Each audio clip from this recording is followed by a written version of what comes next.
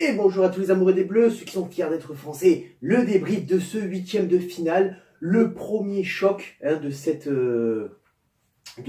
Coupe du Monde après les phases de poule, voilà, contre l'Argentine. Match qui, tu le sens direct, ça va être très compliqué, ça va être tendu quand même.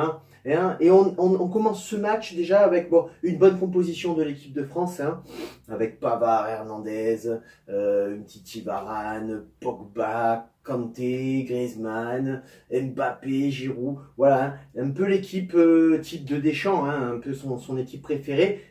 Et on commence le match au début avec, on va dire, ça se jauge. Les deux équipes savent qu'ils ont passé les phases de poule un peu plus facilement pour la France, mais avec beaucoup de déchets. Et pour l'Argentine, ça a été catastrophique, mais ils sont passés. Donc ils savent que les deux ne sont pas au meilleur de leur confiance. Et donc les deux équipes se jaugent. Ça s'observe, ça s'analyse. On essaye de voir où est la faiblesse de l'un et de l'autre. Les Argentins jouent beaucoup en retrait, parce qu'ils n'arrivent pas à trouver beaucoup de solutions. Début de match avec un premier coup franc argentin, où là, ça ne donne absolument rien. S'ensuit après, à la 8e minute, le coup franc tiré par Griezmann.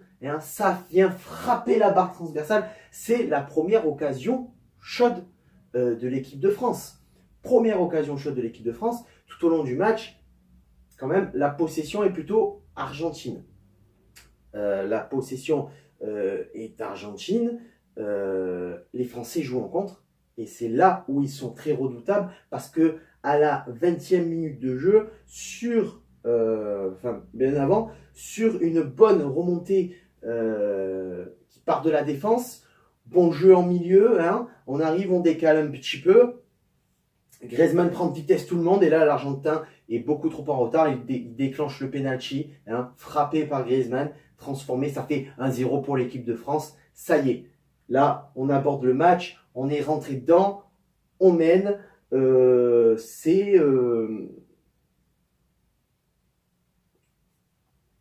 c'est pas joué, mais ça sent bon, tu vois. La 20e minute de jeu, on a le petit coup franc à la limite du penalty, limite du penalty, qui ne donne absolument rien. Voilà. Et on voit tout au long du match que l'Argentine a toujours cette possession de balle. C'est eux qui créent le jeu, c'est eux qui essayent de créer les actions.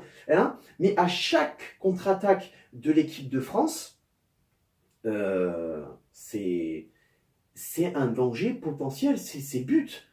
Ça peut créer le 2, voire le 3-0. On voit bien que les Français ont bien compris que à ce moment-là, en première mi-temps, ils n'ont pas la possession de balle. Par contre, en contre, ils sont très redoutables, et notamment avec Mbappé, qui est vraiment très puissant, qui arrive avec sa vitesse, sa vivacité. Vraiment, il crée l'action. À tout moment, il peut changer le match et le faire évoluer. Voilà. Donc après, entre la 35e et 45e minute, on voit que les Argentins jouent beaucoup mieux, ils ont la possession de balle. Et du coup, ils arrivent à égaliser sur une superbe frappe de Di Maria. Vraiment, Hugo Lloris est archi battu, peut rien faire. Voilà, c'est fini. La fin de première mi-temps reste assez... les Argentins ont la position de balle, ils essaient de créer des occasions, de créer des sessions de jeu, des attaques. Ils se découvrent, mais essayent de ne pas trop subir les contre-attaques françaises. Ils essayent un peu de régler ce problème-là. Du coup, en deuxième mi-temps, on va voir comment ils abordent le match, les Argentins, s'ils continuent comme ça ou pas. Deuxième mi-temps, une assez bonne possession de balle de l'équipe de France qui, quand même, essaye de faire quelque chose. Mais les Argentins attaquent direct aussi. Et à la 49e minute, but argentin. Ça me fait 2-1 entre l'Argentine et la France. Et là, le match, il peut basculer. Il peut basculer à la 56e minute, une mauvaise compréhension entre la défense argentine et le gardien, son propre gardien, où Giroud a failli marquer un but, Griezmann a failli marquer un but dans les cages vides, mais n'était pas assez bien équilibré, pas sur ses jambes d'appui, ça passe pas. Et à la 58e, et c'est là que le match prend vraiment un tournant, sur un centre, à l'opposé de la surface de réparation, l'entrée de la surface, Pavard bien équilibré, pouh, qui reprend de demi-volée, et là le gardien, il est archi battu, il peut rien faire. Vraiment magnifique frappe de Pavard, qui est bien en équilibre sur ses jambes, qui dose bien, qui frappe bien, La frappe est impeccable.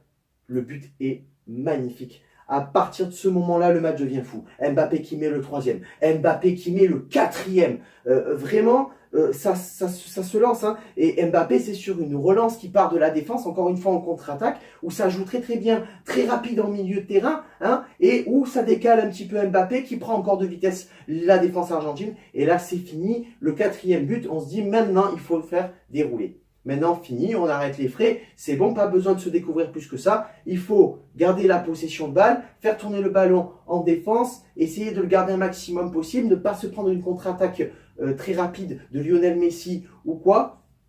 Et c'est ce que les Français font très bien. Didier Deschamps opère à ces changements, bien sûr. Il fait rentrer Tolisso, il fait rentrer Fekir, et il fait rentrer le dernier, je ne sais plus, je crois que c'est Mbappé qui sort.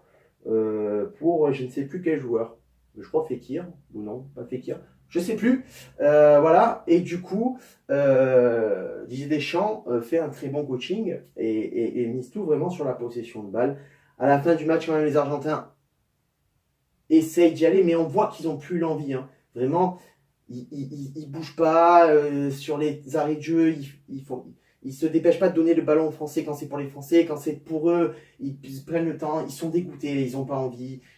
Je sais pas, les Argentins cette année, c'était pas l'Argentine qu'on connaît habituellement, hein, avec une certaine hargne qu'on peut connaître sur les équipes d'Amérique du Sud. Voilà. Et bien sûr, l'Argentine va réduire le score de Kun Agüero sur une tête, un centre de Lionel Messi, et le match s'en termine là. On passe en quart, en ayant battu quand même une bonne équipe d'Argentine qui était un petit peu plus relevée en niveau que dans les phases de poule. Ça laisse présager quand même un bel avenir pour les quarts, puisqu'on va affronter soit l'Uruguay, soit le Portugal.